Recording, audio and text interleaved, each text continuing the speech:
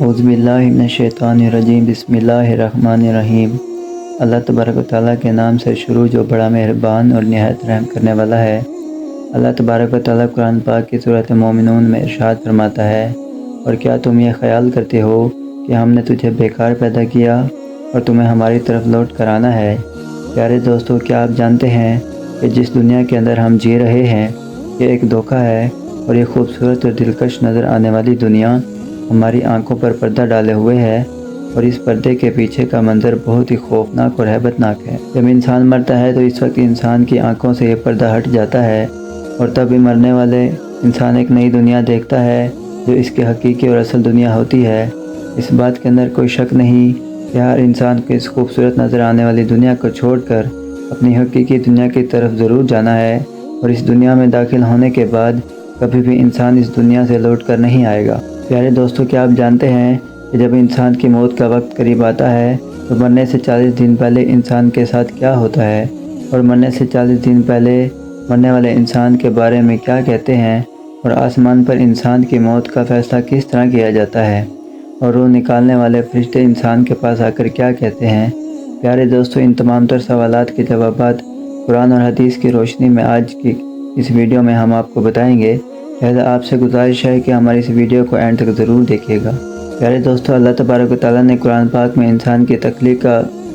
مقصد بیان فرما دیا ہے کہ ہم نے انسان کو صرف اور صرف اپنی عبادت کے لیے پیدا کیا،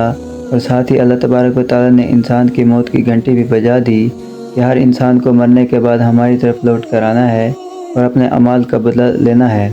پیارے دوستو، اللہ تبارک و تعالیٰ کے عرش کے نیچے ایک درخت ہے جس کا نام شجرۃ المنتہی یا سدرۃ المنتہی ہے۔ یہ درخت کتنا بڑا ہے، اور اس کا اندازہ اس بات سے بخوبی لگایا جا سکتا ہے کہ اللہ تبارک و تعالیٰ نے اس کائنات کے اندر انسانوں اور انسانوں کے علاوہ جتنی بھی مخلوقات پیدا فرمائی ہیں،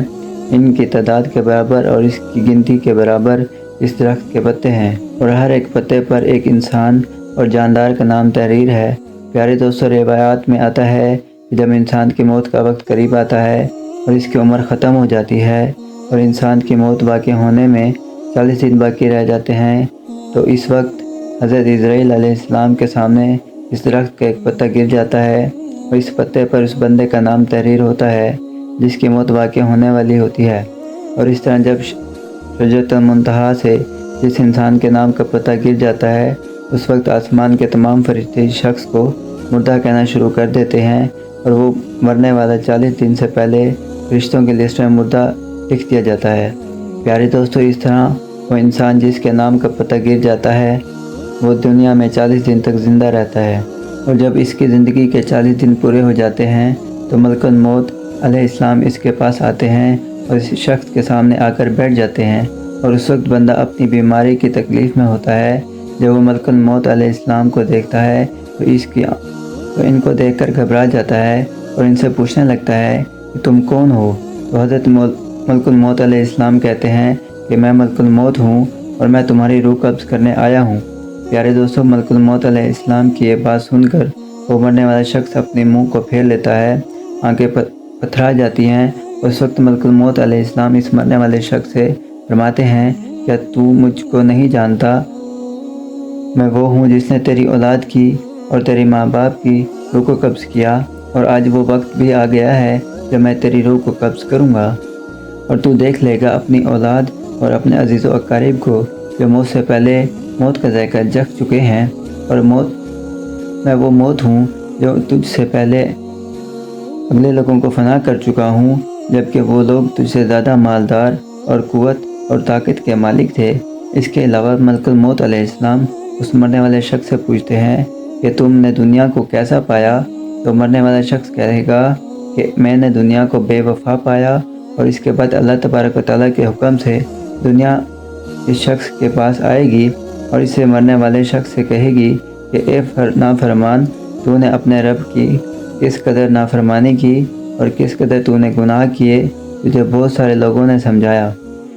نصیحت کی باتیں سنائی، لیکن تو نے کسی کی بات نہ مانی، تو یہ سمجھتا رہا کہ میں اس دنیا میں ہمیشہ ہمیشہ کے لیے رہوں گا اور تجھے موت نہیں آنی۔ اس کے بعد وہ دنیا جس سے انسان ساری زندگی محبت کرتا رہا، وہ اپنی آخرت کو چھوڑ کر گناہوں کے اندر مبتلا رہا، اس وقت وہی دنیا اس مرنے والے شخص سے کہے گی کہ میں تجھ سے اور تیرے اعمال سے بیزار ہوں۔ پھر اس کے بعد اللہ تبارک و تعالیٰ کے حکم سے اس مرنے والے شخص کا مال اس کے سامنے آئے گا اور اسے کہے گا کہ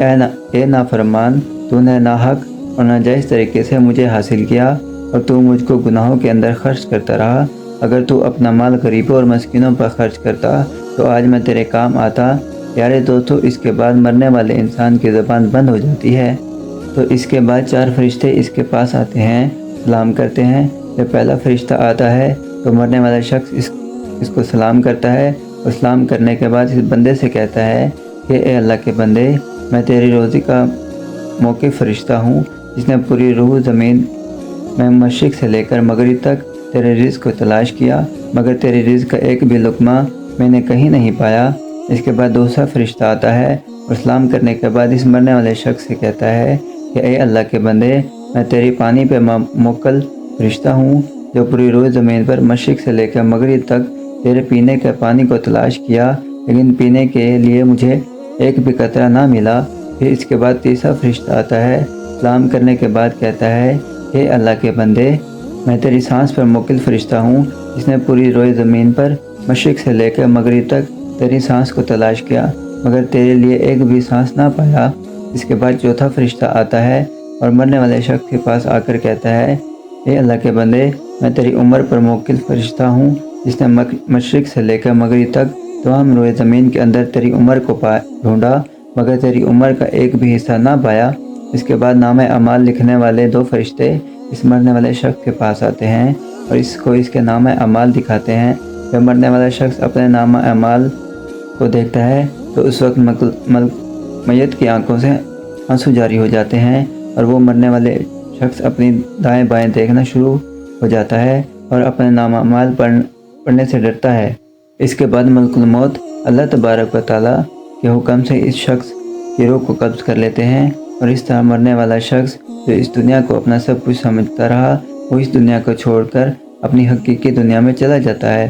اگر تو وہ مرنے والا شخص نیک ہوتا ہے تو اس کی قبر کو جنت کے باغوں سے ایک باغ بنا دیا جاتا ہے۔ اگر مرنے والا شخص بے نیک ہو، اللہ تبارک و تعالیٰ کا نافرمان ہو، تو اس کی قبر کو جہنم کے گڑھوں میں سے گڑھا بنا دیا جاتا ہے۔ اللہ تبارک و تعالیٰ سے دعا ہے کہ اللہ تبارک و تعالیٰ ہمیں نیک اعمال کرنے کی توفیق عطا فرمائے اور حضور اکرم صلی اللہ علیہ وسلم کی محبت کے اندر جینا مرنا نصیب فرمائے۔